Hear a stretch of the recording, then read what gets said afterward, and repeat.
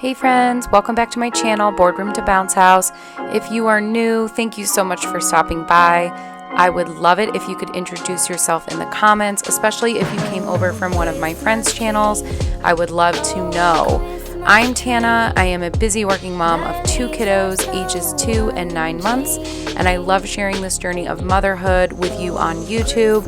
I try to inspire others to live their best mom life with cleaning motivation and just sharing general tips that I have to keep my bounce house that I live in together. So in today's video, I'm going to share my Christmas tree decorating process, and this video is a collaboration with some of my friends here on YouTube who have just put together some of the most amazing trees. After you check out my video, please go check out their trees because they have so many amazing tips for you, and their trees just came out amazing. So definitely go check that out.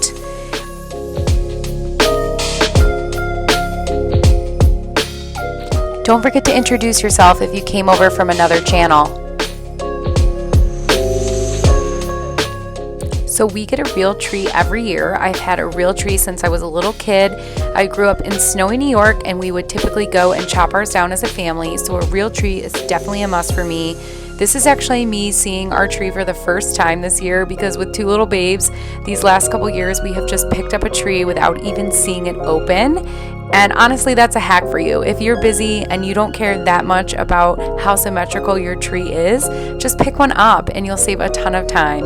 If you like the experience of debating over 5 or 6 trees, maybe that's not a good hack for you, but I promise you, if you want to save time, you definitely will.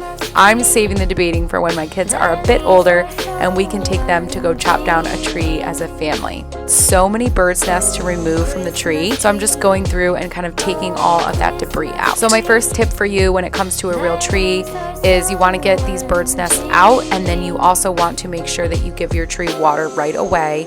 I just picked up this tea kettle and started pouring the water right in. I wanted to make sure this baby could get a drink. My next recommendation when it comes to a real tree is that you want to let the branches settle in. So be sure to give it 24 to 48 hours before you actually start decorating the tree.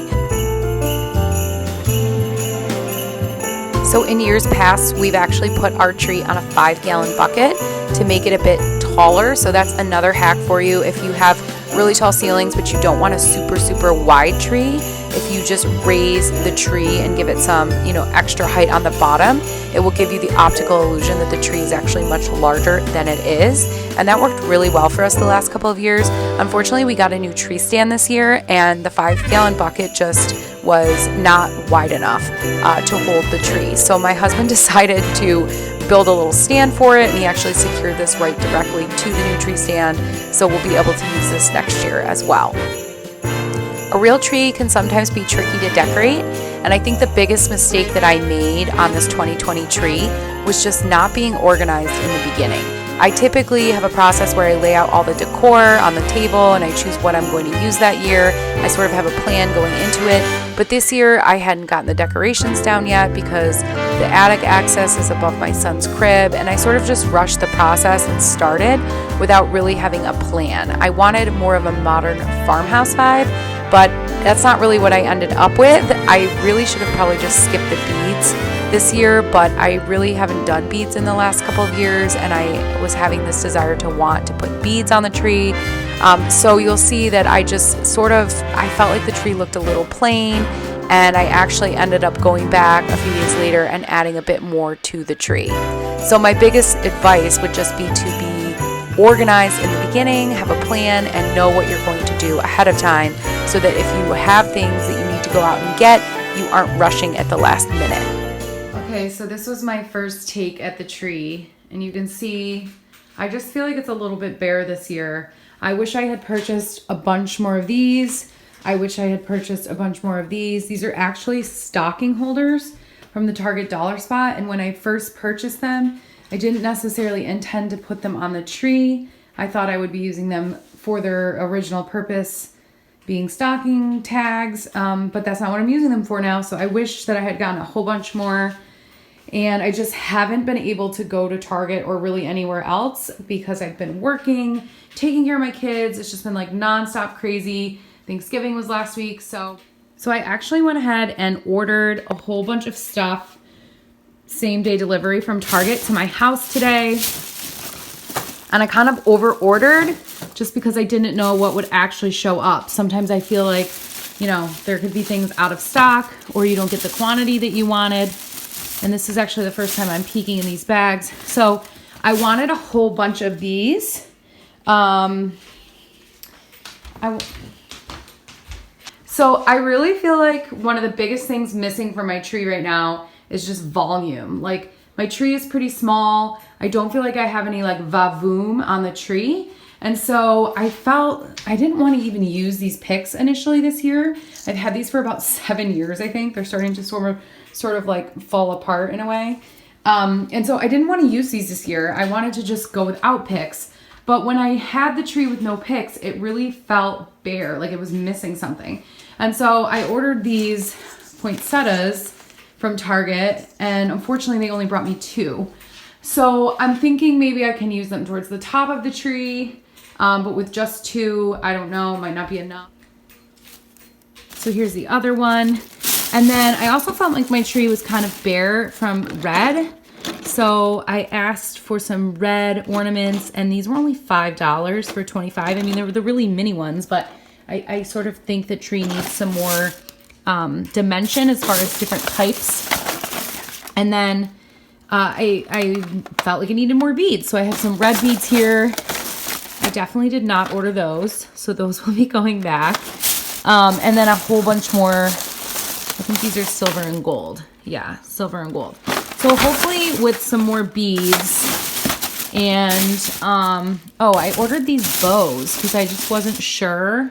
But now that they're here, I don't like them. So I'm going to be returning those. And I also ordered these because at that point I thought I was going to get some more pink ornaments, which I guess some of these do look a little pink.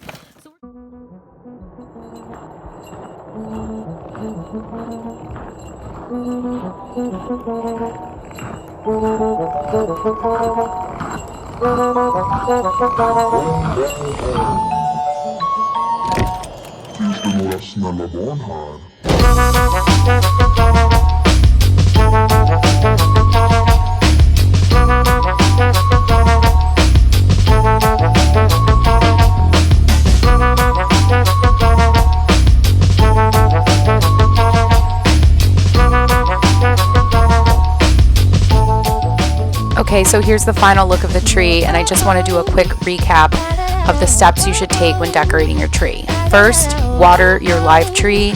Second, let the tree settle for 24 to 48 hours. Next, add the lights, add any picks or sprays that you're going to add, then layer in the beads or the ribbon, and finally finish with ornaments. Once the tree is looking good, you can then add your topper and add either a tree skirt or a collar at the bottom to round things out.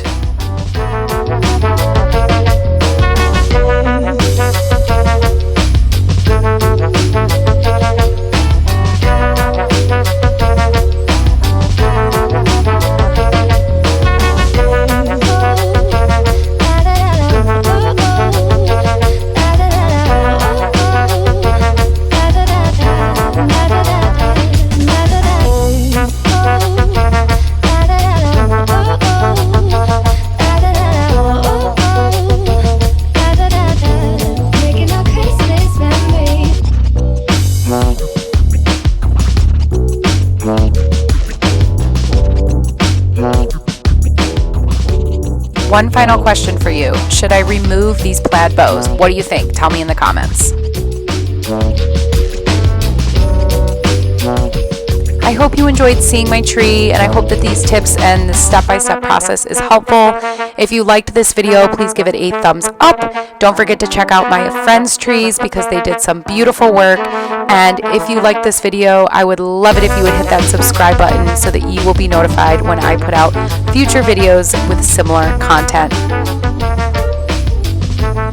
Thank you so much for stopping by. I'm wishing you a very merry holiday season, and I will see you in the next one. Bye, friends.